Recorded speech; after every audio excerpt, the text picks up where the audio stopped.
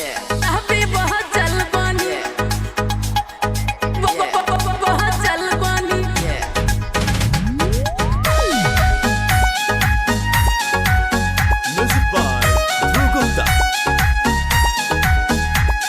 Salman recording studio बस्ती।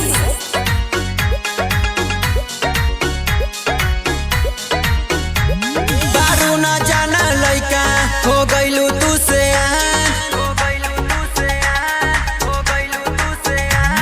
बारू न जाना लइका हो गइलू तू से ई पागल दीवाना पे तू दे दाना ध्यान तोके आपन बनाई बजित पे डटल बानी तोके आपन बनाई बजित पे डटल बानी कौनो लइका से आज लेना पटल बानी कौनो लइका से आज लेना पटल बानी बावे 17 के उम्र अभी बहुत जल बानी बावे 17 के उम्र अभी बहुत जल बानी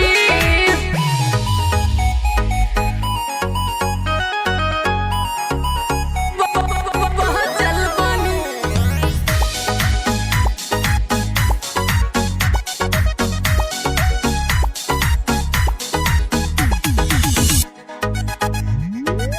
पीछा न कहरा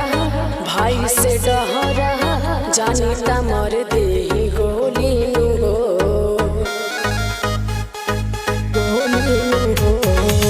आई ठल छुटी प्यार जाई बूटी छुट जाई बड़े बड़े के बोली हो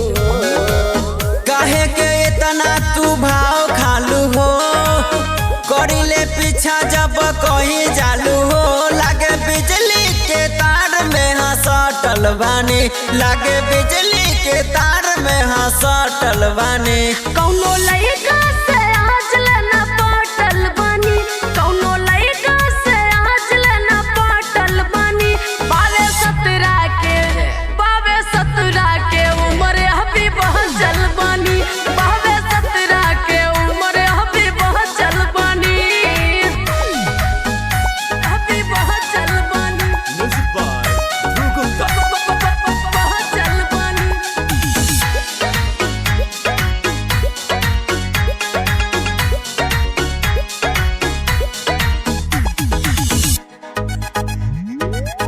आज दिलदार खेला तोहार सुना हम सब बुझी लेनु हो